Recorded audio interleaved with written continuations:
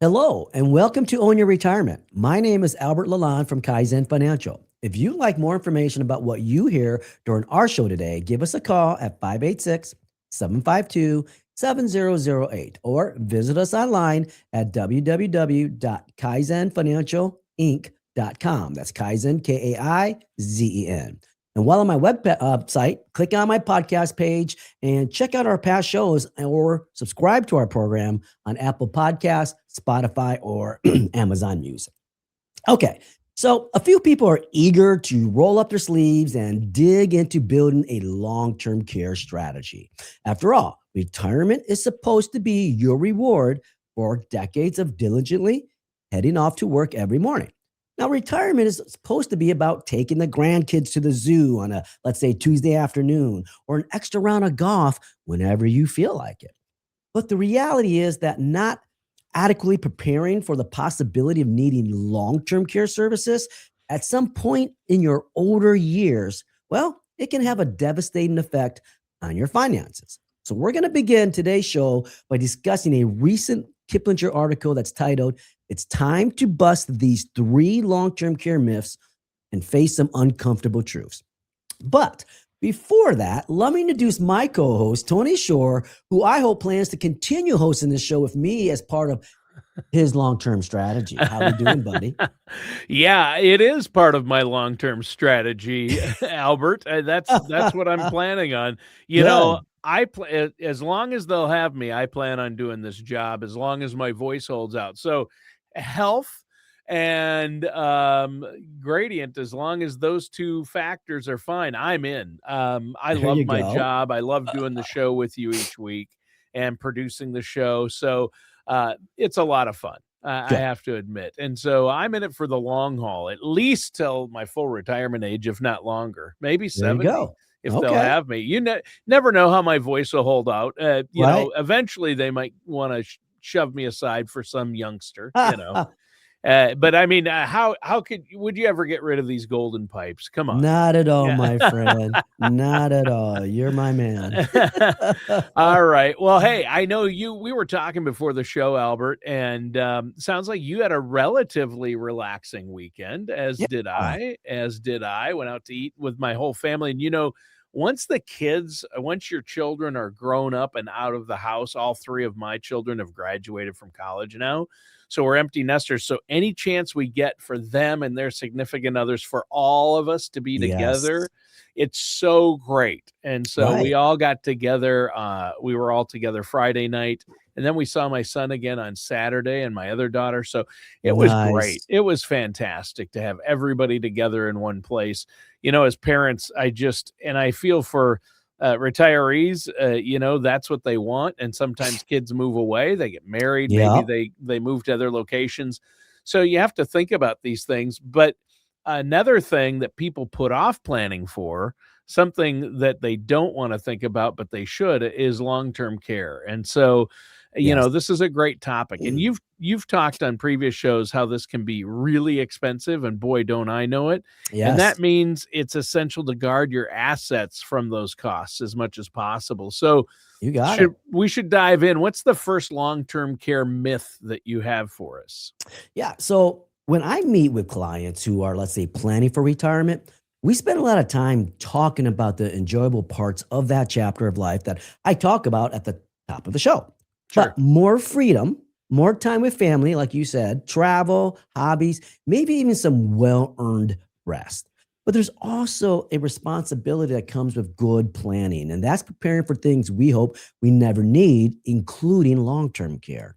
And one of the biggest misconceptions I hear is this, that long term care automatically means a nursing home. Yeah. Yeah, that's right. People say that, and that's what most people picture, a nursing home setting, right? Yes. And for many people, that's the first image that comes to mind. And to Yeah, be fair, nursing homes are one form of long term care. sure. In fact, about 1.2 million Americans currently reside in nursing home facilities. But a nursing home is just one type of care and often not the first type of care someone needs. In Right. fact, there are several other forms of long term care that people may use before a nursing home ever becomes part of the conversation, Tony. For example, There are homemaker services. These services assist older individuals with everyday tasks like, let's say, meal planning, grocery shopping, transportation, and other non medical needs that can become challenging over time. Then there are home health aides. These are professionals who actually help monitor health and well being for individuals with disabilities or chronic illnesses and assist with daily living activities. Yeah. Well, and so we're talking about care provided at home that helps someone stay in their own environment longer, then, right? That is right. And for many people, maintaining independence as long as possible, well, that is the goal. There's also, let's say, adult day healthcare, which provides older adults who may have, let's say, physical or cognitive challenges with an opportunity to socialize and receive supervised care during the day. And then there are assisted living facilities. Now, these are for individuals who need help with daily care, but not at the level of a nursing home. So residents typically have their own apartment or room, but share common spaces and receive supportive services. When we talk about long term care, we're really talking about a spectrum of care options, not just one facility type, Tony. Yeah. And regardless of which option someone might need, there's always a cost associated with it. And those costs are high. Believe me, I know both of my parents are in long term care. Yes, So, you understand this. And yeah. yes, there is some high cost with it. And this is where planning becomes critical. Yeah. Now, according to the Genworth Care Scout Cost of Care report, shared in this article, the nationwide average costs in 2024 are significant. In fact, homemaker services average about $75,500 annually. A home health aide runs roughly about $77,800 per year. Adult day healthcare is probably the least expensive of the options we mentioned, but even that averages about $26,000 annually. Now, an assisted living community averages about $70,800 per year. And as many people expect, nursing homes are the most expensive. A semi private room averages about $113,000 annually, and a private room averages about $127,750 per year. Yeah, and I can attest to that. Those aren't inflated numbers. My mother has been in the nursing home for 4 years. She needs full skilled nursing care, Hmm. Hmm. 24/7 skilled nursing, and that's $11,000 a month at the place she's at. And the Yeah, place she's at is in a small town in Minnesota, and it's not in a big city or an expensive area either, but it's $11,000 a month. yeah. So those are substantial numbers. Oh, yes, they are. And when you look at those figures, the natural question becomes, how would you pay for that? Yeah. Some individuals, let's say, rely on Medicaid, and Medicaid can help cover long-term care costs, but there are important considerations. To qualify for Medicaid, your income and asset must fall below the specific limits. If they don't, you may need to spend down the assets to become eligible, and that process is governed by very specific rules.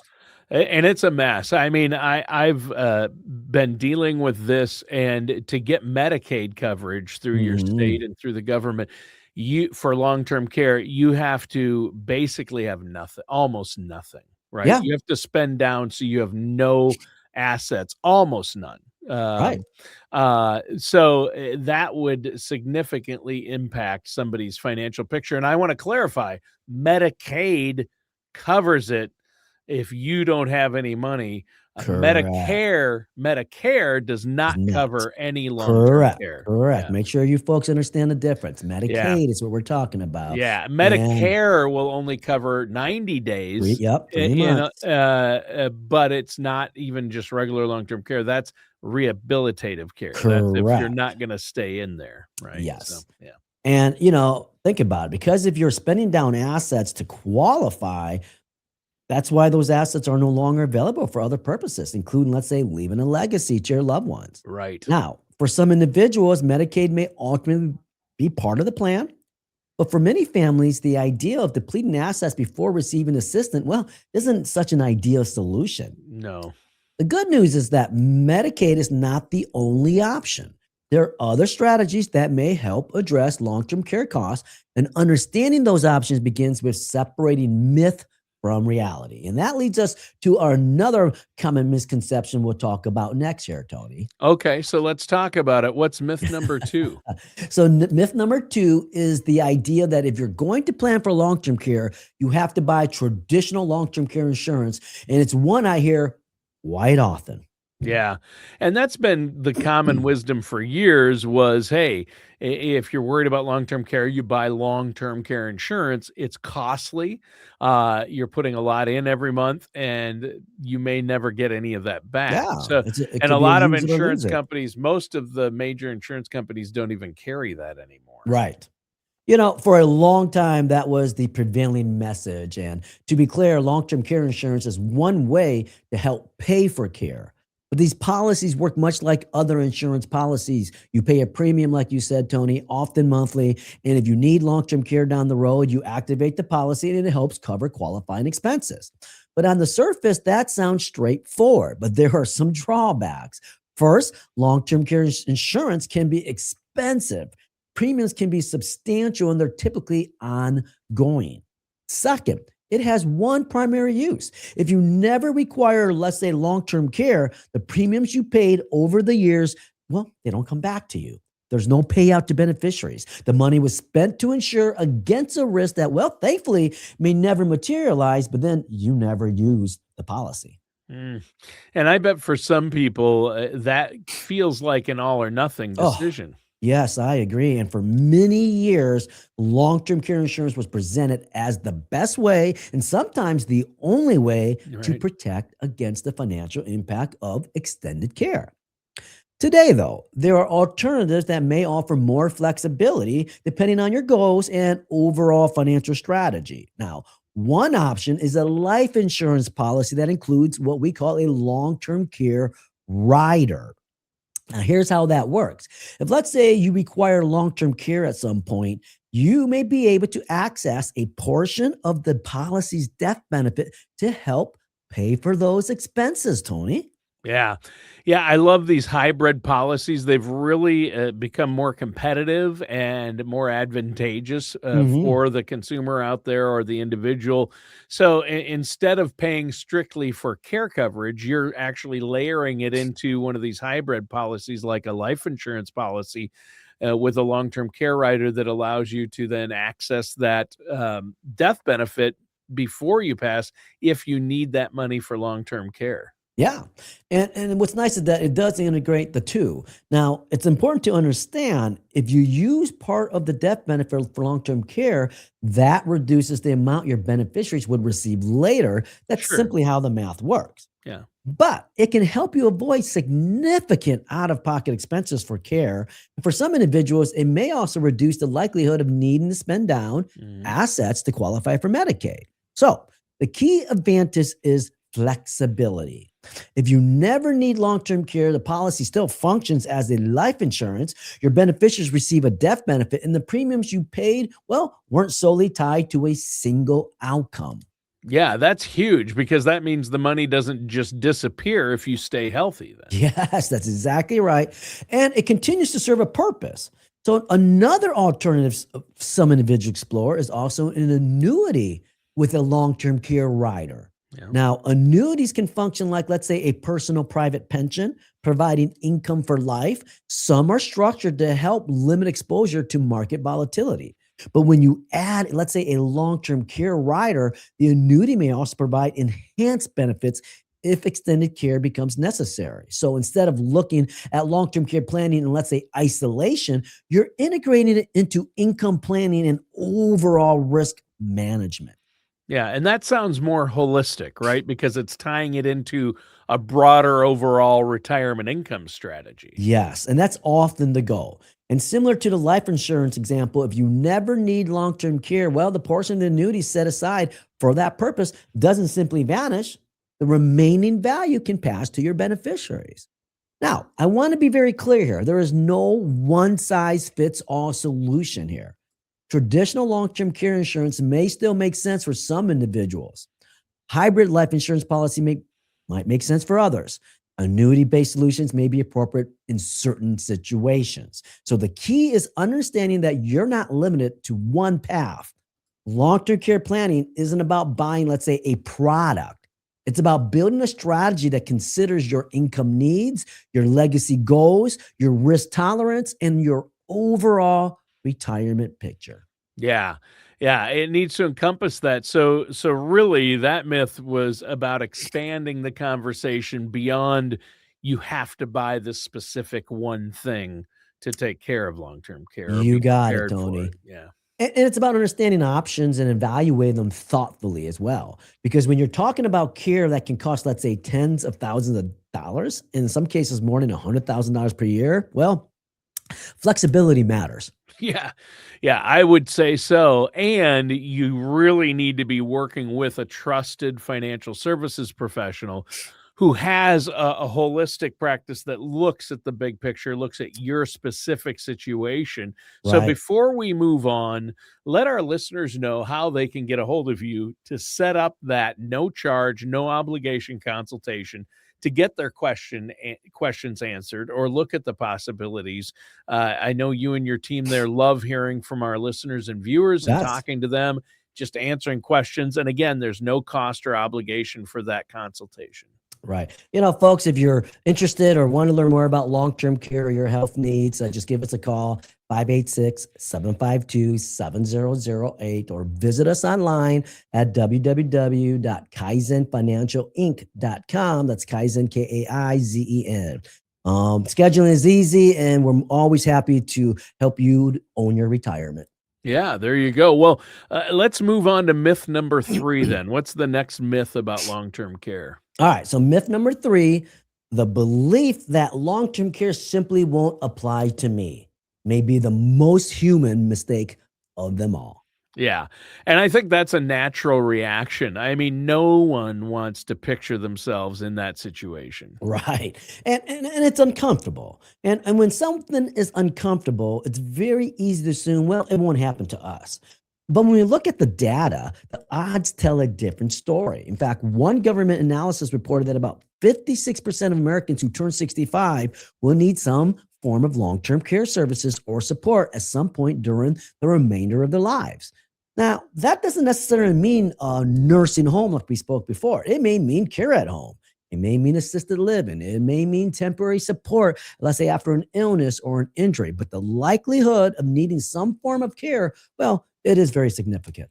Oh, yeah. I mean, the odds of you or your spouse needing long-term care if you make it to at least 65 are very great, and even increase beyond that. I just saw there's a government website called longtermcare.gov, and the latest number that they have there is if you hit 65, there's a 70% chance that you will need long-term care. Right. That's almost 2 out of every 3, and it constantly has been going up as more and more people retire, and we're Yep. living longer and longer. So statistically, this is not a remote possibility, right? No, correct. In fact, it's not guaranteed, but it's also far from rare. Yeah. And many people understand this in a very personal way. They've watched their own parents, like yourself, Tony, go through it. Sometimes that experience includes significant financial strain, assets that were meant to last through retirement or even be passed down end up being used to cover care expenses. And then in some cases, families weren't prepared.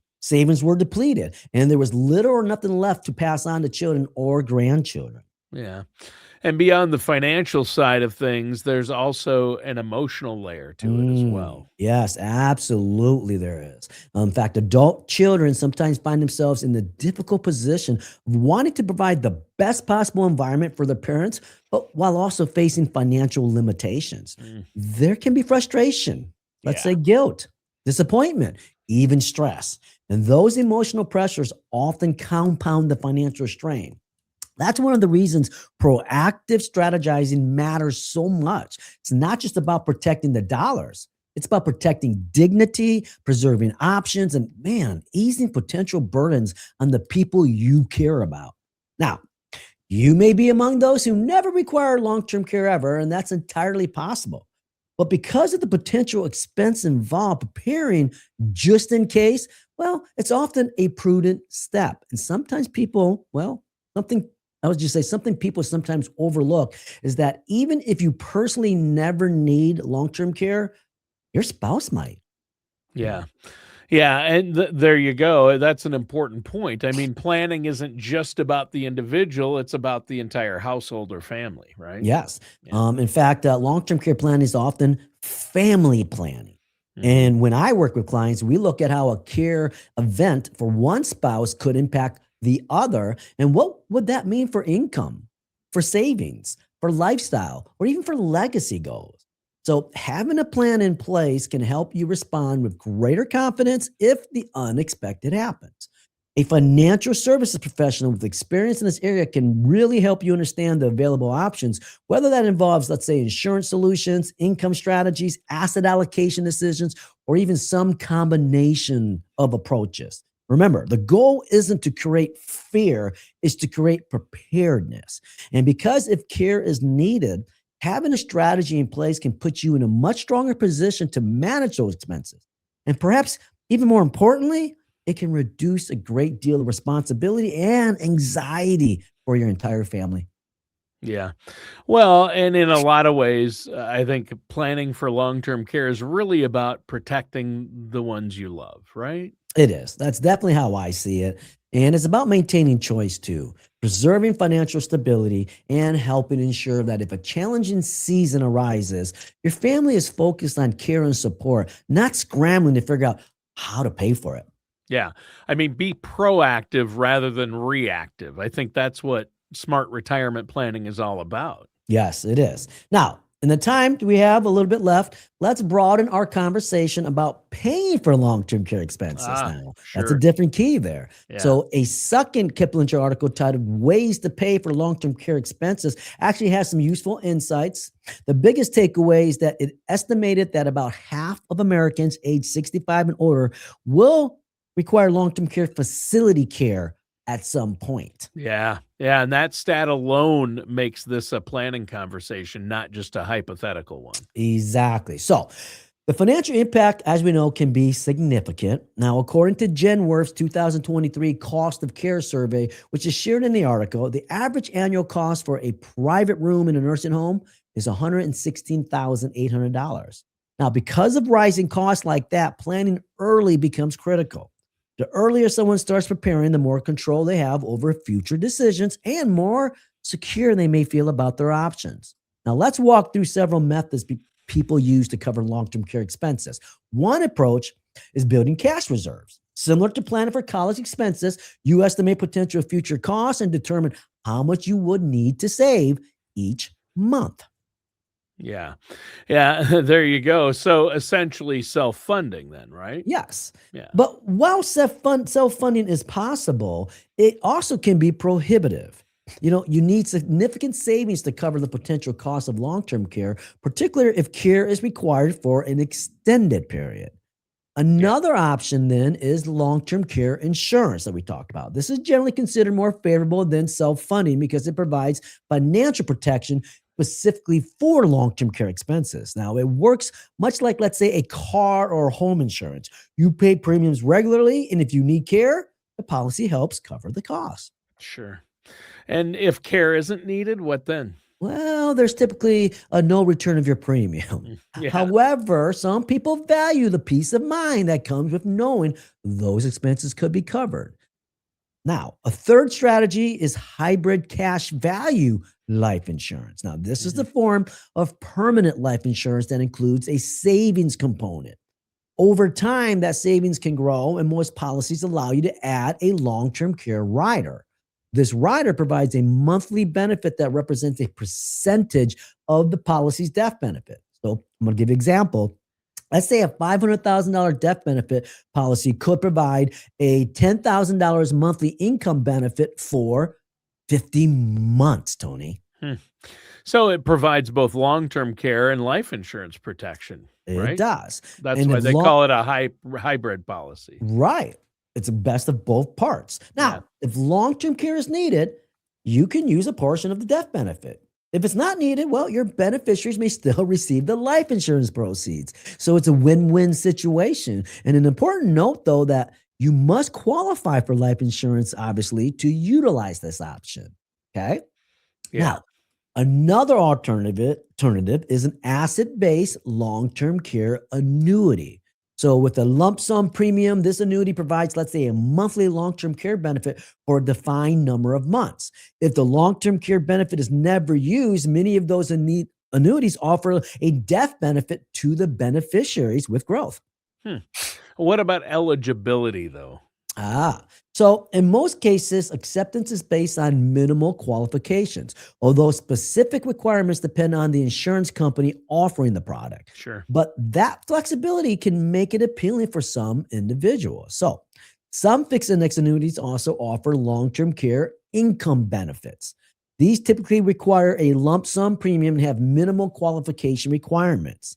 This can be a viable alternative for someone who cannot qualify for, let's say, traditional insurance or an asset based annuity. Okay. We're talking about a lot of strategies. What about home equity? Does that Hmm. fit into this at hmm. all?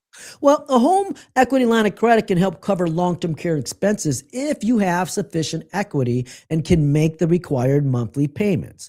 A reverse mortgage is also another option, and it may be preferable in some cases because you are not required to make loan payments during your lifetime, Tony. That's true. But that convenience comes with trade-offs, right? Of course. Reverse mortgages typically involve higher initial and ongoing costs compared to a home equity line of credit. And you should discuss a reverse mortgage with your financial services professional before you make any final decisions, please. Yeah. Obviously. So, and I think that's an important point. What's next? Well, selling assets, let's say, is another method. That might include, let's say, real estate, investment accounts, or other holdings. This approach can effectively fund care expenses, but it does require having assets available to liquidate. Selling your home may also be considered because, in some situations, moving to a care facility and using the proceeds from a home sale, well, it can help cover long term care costs. However, it's important to consider the emotional impact of leaving your home.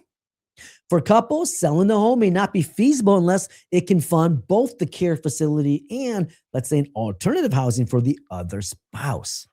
Yeah, yeah, good point. A lot of great ideas here, and it really depends on your specific situation and needs. So, but having plans ahead of time and talking these things over with a trusted professional who puts together these plans all the time, day in and day out, like you do, is huge.